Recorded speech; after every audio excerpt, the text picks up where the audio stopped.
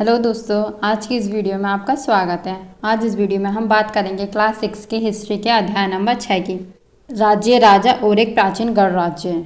इस वीडियो में हम मुख्यतः उत्तर वैदिक काल को पढ़ने वाले हैं कि उस समय का समाज कैसा था। फिर हम जनपद और महाजनपद को पढ़ेंगे। इसमें हमें सूक्ष्म परीक्षण करना है बज्जी और मगध का। तो चलिए स्टार्ट करते हैं। कुछ लोग शासक कैसे बने।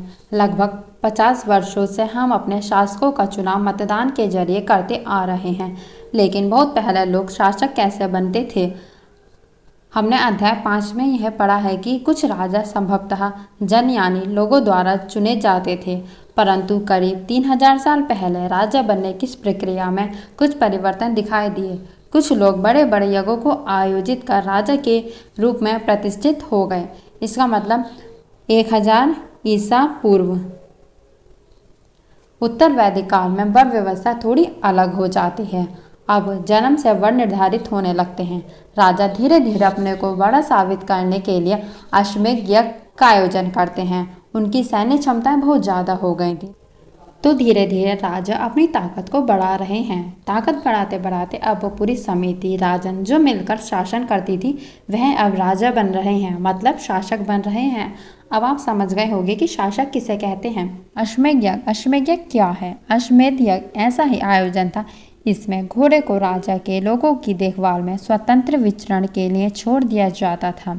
इस घोड़े को किसी दूसरे राजा ने रोका तो उसे वहां अश्वमेध यज्ञ करने वाले राजा से लड़ाई करनी पड़ती थी। अगर उन्होंने घोड़े को जाने दिया तो इसका मतलब यह होता था कि अश्वमेध यज्ञ करने वाला राजा उनसे ज़्यादा शक्तिशाली था।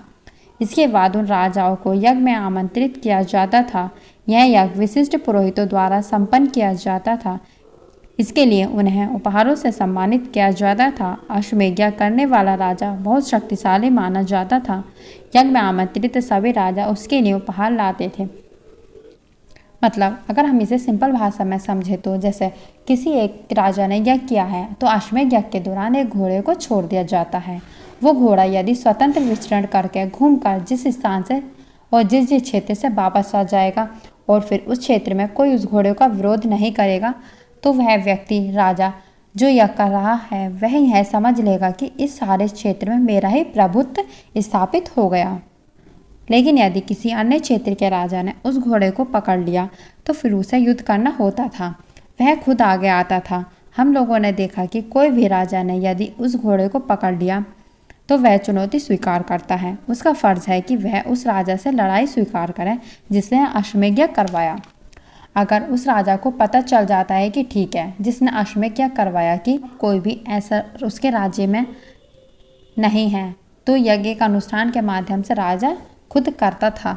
पुरोहित जो होते थे वह ब्राह्मण की स्थिति में बैठकर के पूजा पाठ करते थे और उस अनुष्ठान को पूरा करते थे। इन सभी आयोजनों में राजा का मुख्य स्थान होता था। उसे राज सिंहासन या बाघ की खाल के विशेष आसन पर बैठाया जाता था। युद्ध क्षेत्र में राजा का सारथी ही उसका सहचर होता था। यज्ञ के अवसर पर वह राजा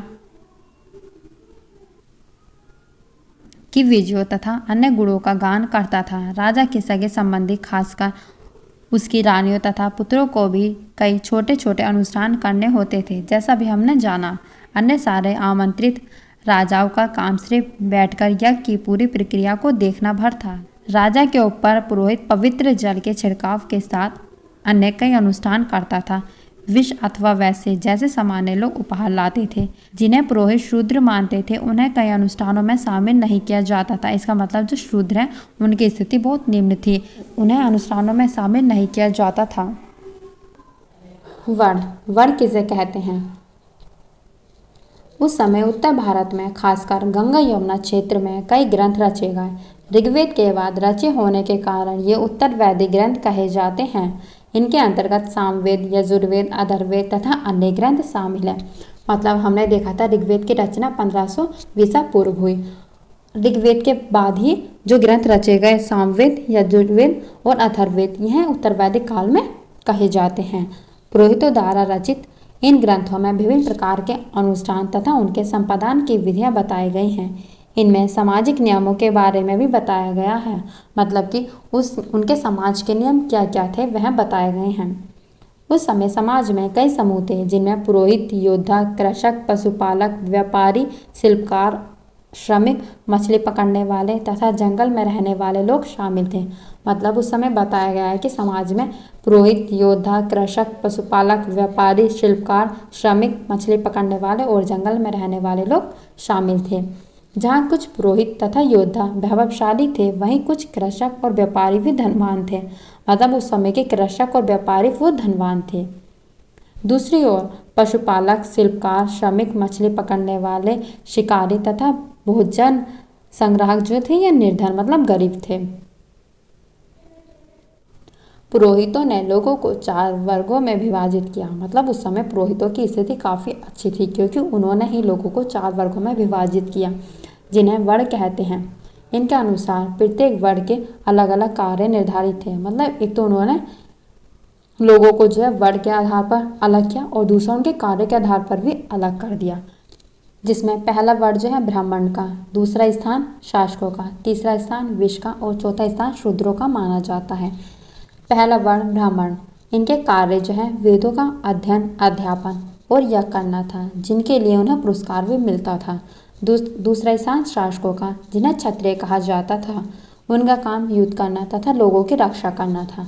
तीसरा स्थान वैश्य या वैश्य, जिनमें कृषक, पशुपालक और व्यापारी आते थे। क्षत्रिय और वैश्य दोनों को ही यज्ञ करने का अधिकार प्राप्त था। वर्णों में अंतिम स्थान शूद्रों का था। उनका काम अन्य तीनों वर्णों की सेवा करना था। इन्हें कोई अनुष्ठान करने का अधिकार नहीं था। प्रायः औरतों को भी शूद्रों के समान माना गया। महिलाओं तथा शूद्रों को वेदों के अध्ययन का अधिकार नहीं था। इसका मतलब उस समय सबसे जो गिरी हुई स्थिति थी वो शूद्रों की और महिलाओं की थी। ऋग्वैदिक काल में महिलाओं की स्थिति काफ़ी अच्छी थी, लेकिन उत्तर वैदिक काल आते आते महिलाओं की स्थिति बहुत बुरी होती गई और उन्हें वेदों के अध्ययन का अधिकार भी नहीं दिया गया। पुरोहितों के अनुसार सभी वर्णों का निर्धारण जन्म के आधार पर होता था। उदाहरण के तौर पर ब्राह्मण माता पिता की संतान ब्राह्मण ही होगी। बाद में कुछ लोगों को अछूत माना गया। अछूत वर्गों में कुछ शिल्पकार, शिकारी तथा भोजन संग्राहक भी शामिल थे। साथ ही इनमें वे लोग भी आते थे जो शवों को दफनाने, जलाने का काम करते थे। इन लोगों से संपर्क अपवित्र माना जाता था। किसी को अपवित्र माना जाता है, किसी को अछूत माना जाता है। इसका मतलब उत्तर वैदिक काल में लोगों की बहुत बुरी कंडीशन थी। आज जो आप समाज में जाति व्यवस्था देखते हैं, ये कहीं ना कहीं वर्ण व्यवस्था से ही प्रभावित है। कई लोगों ने ब्राह्मणों द्वारा बनाए गए इस वर्ण व्यवस्था को स्वीकार नहीं किया। कुछ राजा स्वयं को पुरोहितों से श्रेष्ठ मानते थे। कुछ लोग जन्म के आधार पर वर्ण निर्धारण सही नहीं मानते थे। इसके अतिरिक्त कुछ लोग व्यवस्था के आधार पर लोगों के बीच भेदभाव उचित नहीं समझते थे, जबकि कुछ लोग चाहते थे कि अनुष्ठान संपन्न करने का अधिकार सबका हो। कई लोगों ने छुआछूत की आलोचना की। इस उपमहाद्वीप के पूर्वोत्तर क्षेत्र जैसे इलाकों में सामाजिक आर्थिक असमानता बहुत कम थी, जहाँ पुरोहितों का प्रभाव भी बहुत सीमित था। इसका मतलब जो पुरोहितों ने जो रूल्स बनाए थे उनका विरोध भी किया गया है, जैसा आपको यहाँ पर दिखाया गया है। तो यह सब एक गलत बात है ना। मतलब लोगों को वर्ग के आधार पर बांटना, लोगों को जाति के आधार पर बांटना, लोगों को कामकाज के आधार पर बांटना, यह एक बहुत ही गलत बात है जिसका प्रभाव आज भी देखने को मिलता है। जनपद, जनपद का अर्थ होता है जन के बसने की जगह, मतलब लोगों के रहने की जगह। महायज्ञों को करने वाले राजा अब जन के राजा न होकर जनपदों के राजा माने जाने लगे। हम जन से आगे बढ़ेंगे जनपद, जनपद से आगे बढ़ेंगे महाजनपद, जिनके बारे में हम अभी आगे पढ़ेंगे। कुछ महत्वपूर्ण जनपद मानचित्र में दिखाए गए हैं, इन्हें अभी हम देखेंगे। पुरातत्वविदों ने इन जनपदों की कई वस्तुओं की खुदाई की है। दिल्ली में पुराना किला, उत्तर प्रदेश में मेरठ के पास हस्तिनापुर और एटा में अतरंजी खेड़ा इनमें प्रमुख हैं। खुदाई से पता चला है कि लोग झोपड़ियों में रहते थे और मवेशी तथा अन्य जानवरों को पालते थे।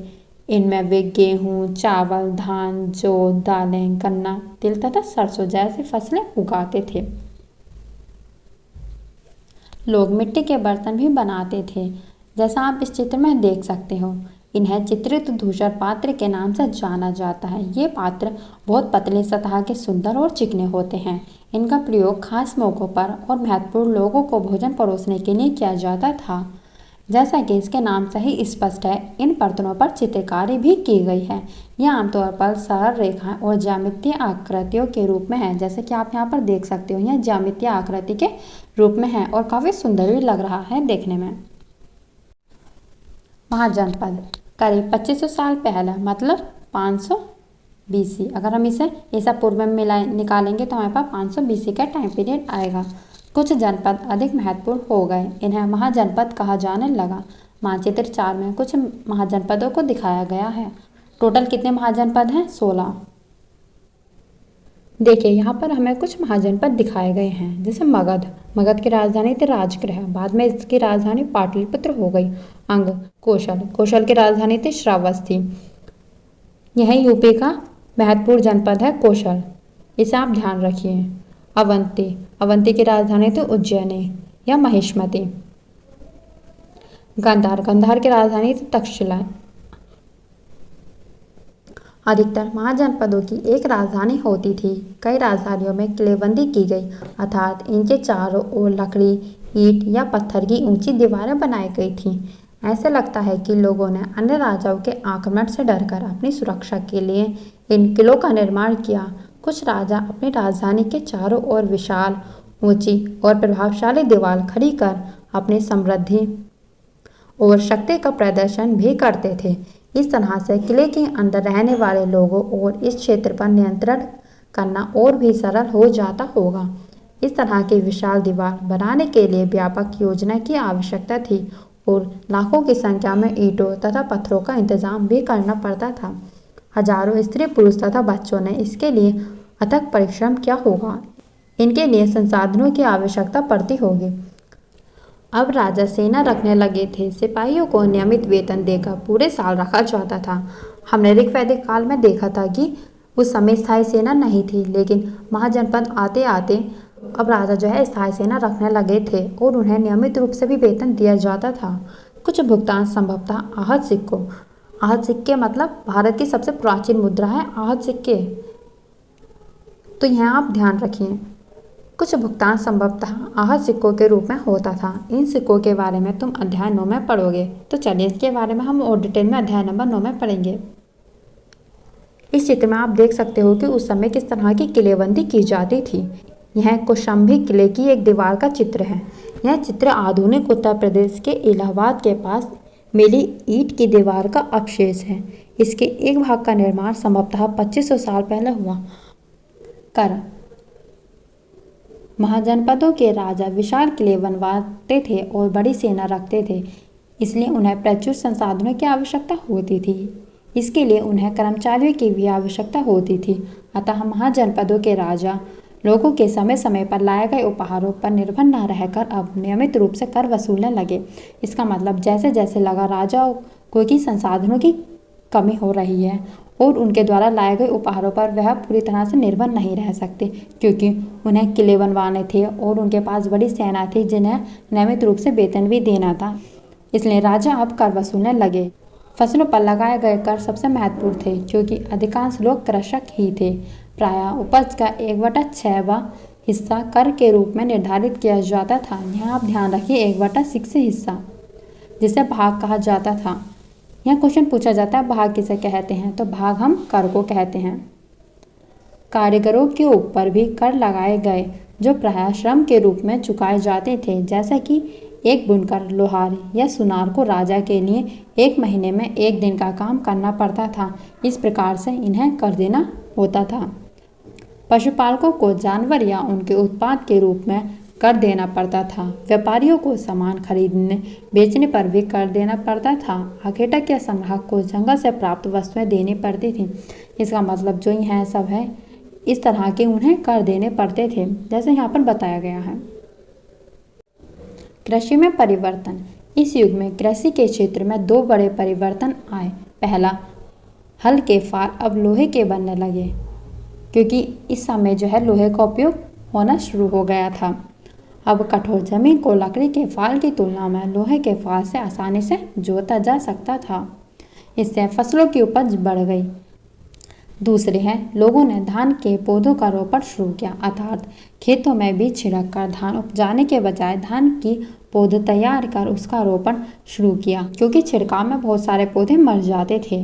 अब पहले की तुलना में बहुत ज़्यादा पौधे जीवित रह सकते थे, इसलिए पैदावार भी बहुत ज़्यादा होने लगी।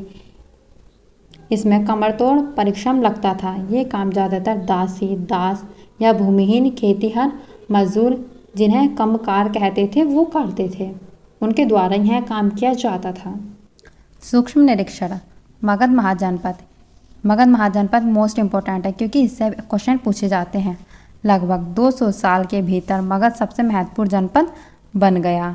गंगा और सोन जैसी नदियाँ मगध से होकर बहती हैं। जैसे यहाँ पर हमने माना मगध महाजनपद है, तो इसके उत्तर में गंगा नदी और इसके दक्षिण में सोन नदी बहती है।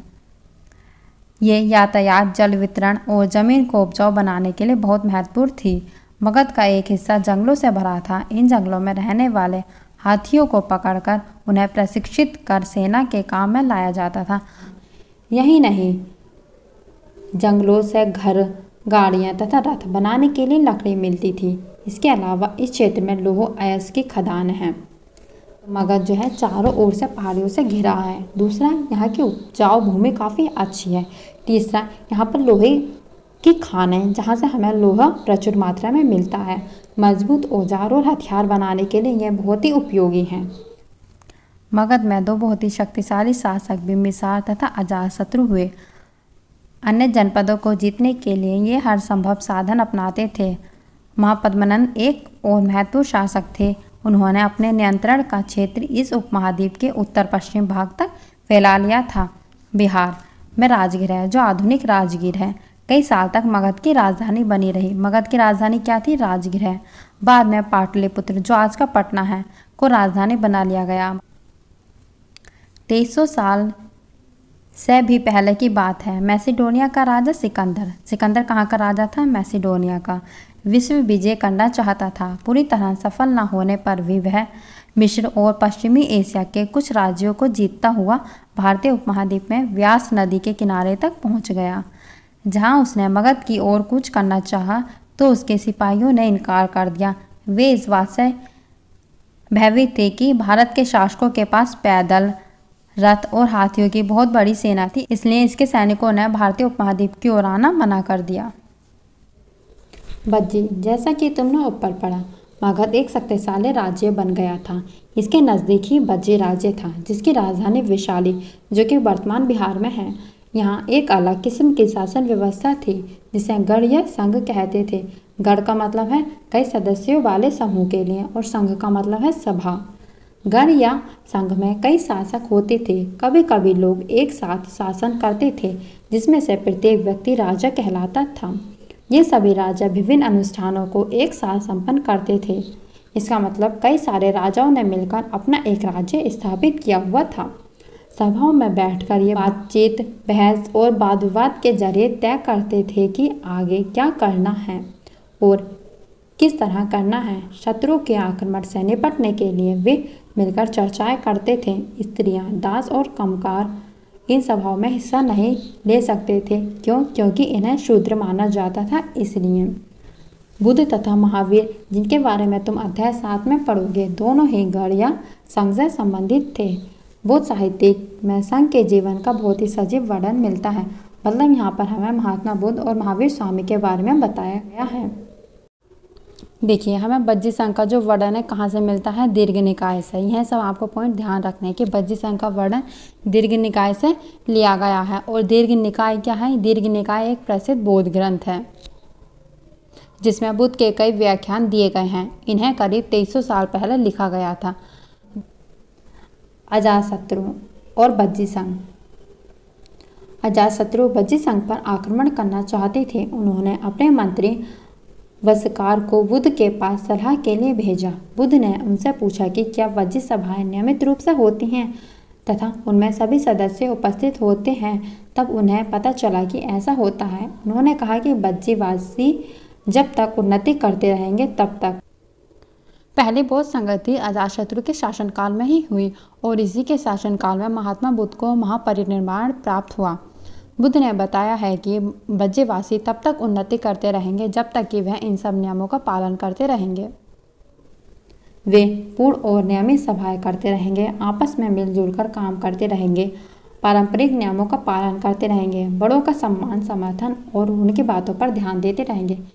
बच्चे महिलाओं के साथ जोर जबरदस्ती नहीं करेंगे और उन्हें बंधक नहीं बनाएंगे।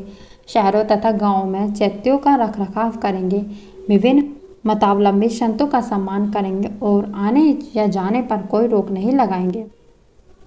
कई शक्तिशाली राजा इन संघों को जीतना चाहते थे। इसके बावजूद उनका राज्य अब से लगभग 1500 साल पहले तक चलता रहा। इसके बाद गुप्त शासकों ने गढ़ संघ पर विजय प्राप्त कर उन्हें अपने राज्य में शामिल कर लिया। इनके बारे में अन्य जगह की बात अपने एटलस में यूनान और एथेंस को ढूंढो। लगभग 2500 साल पहले एथेंस के लोगों ने एक शासन व्यवस्था शुरू की जिसे प्रजातंत्र या गणतंत्र कहते हैं। प्रजातंत्र और गणतंत्र का मतलब जहां प्रजा और जनता आगे हो। सबसे पहले यह कहाँ शुरू हुई? एथेंस में। यह व्यवस्था लगभग 200 साल तक चली। इसमें 30 साल से ऊपर के उन सभी पुरुषों को पूर्ण नागरिकता प्राप्त थी जो दास नहीं थे। वहाँ एक सभा थी जो महत्वपूर्ण विषयों पर निर्णय लेने के लिए साल भर में कम से कम 40 बार बुलाई जाती थी। इस सभा में सभी नागरिक भाग ले सकते थे। शासन के कई पदों पर नियुक्तियां लॉटरियों द्वारा की जाती थीं। सभी नागरिकों को सेना और नौसेना में अपनी सेवाएं देनी होती थीं। औरतों को नागरिक का दर्जा नहीं मिलता था। जब यहाँ पर औरतों को नागरिक का दर्जा नहीं मिलेगा तो यह किस प्रकार का गणतंत्र हुआ? व्यापारियों तथा शिल्पकारों के रूप में एथेंस में रहने और काम करने वाले बहुत से विदेशियों को भी नागरिक अधिकार नहीं मिले थे। एथेंस में खदानों, खेतों, घरों और कार्यशालाओं में काम कर रहे दासों को भी नागरिक अधिकार नहीं थे। जब इन लोगों को नागरिक के अधिकार नहीं थे तो फिर यह प्रजा और जनता आगे कैसे हो सकती है? मतलब यहाँ पर पूर्ण रूप से प्रजातंत्र और लोकतंत्र व्यवस्था किस प्रकार हो सकती है? प्रजातंत्र, लोकतंत्र उसे ही कहते हैं जहाँ पर पूरी तरीके से प्रजा और जनता को आगे रखा जाता हो, लेकिन यहाँ पर तो ऐसा नहीं था। तो फिर चलिए आज का चैप्टर यहीं पर कंप्लीट होता है। यहाँ पर कुछ क्वेश्चन दिए गए हैं जो कि आप हमें कमेंट करके बताइए। आगे और भी इसी प्रकार की वीडियो पाने के लिए हमारे चैनल को सब्सक्राइब करें और साथ ही बेल आइकन को प्रेस करें जिससे हमारे वीडियो की सभी नोटिफिकेशन आपको समय पर मिलती रहे। प्लीज़ इस वीडियो को लाइक करें और ज़्यादा से ज़्यादा अपने दोस्तों के साथ शेयर करें। Thanks for watching.